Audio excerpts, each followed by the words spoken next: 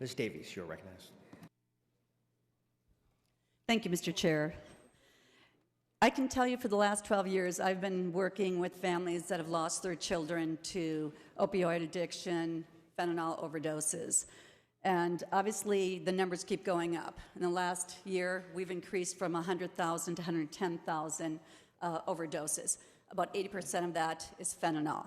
And I sit here and I listen to this, and we act as if there aren't any solutions. But we've had this conversation when we were talking about gun violence.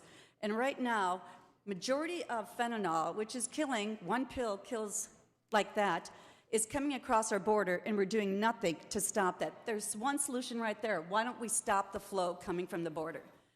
Number two, we've got so many different educational groups, and the bottom line is we're not out there reaching out to these people.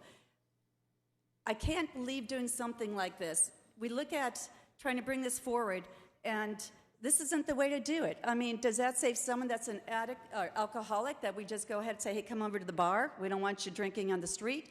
We've got to have good common sense solutions, and the solutions are there. We also have to make sure that our law enforcement has the tools. And this is the other one that no one really wants to talk about, is there's no punishment. Last week, 2 people were arrested with 1,000 bags of 150 fentanyl pills that could have easily killed over several million people. And guess what? They were let out.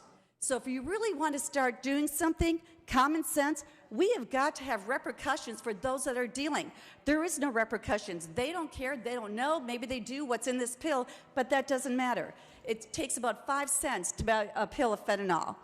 Again, one pill kills, and I'm watching families. I'm getting calls, especially from families that have young kids after COVID, sitting there being depressed, thinking they're going to Snapchat and getting something that's going to relax them.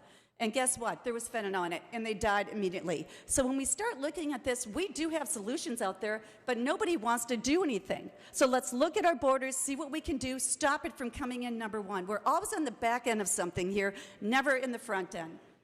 And so let's do something, and let's make sure that, you know what, if you get caught dealing this, you do time, because that's the only thing that's going to deter them. They're making money after money, and no one's doing anything.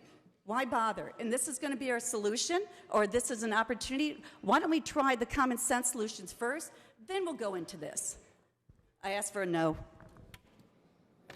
Ms. Nguyen, you are recognized.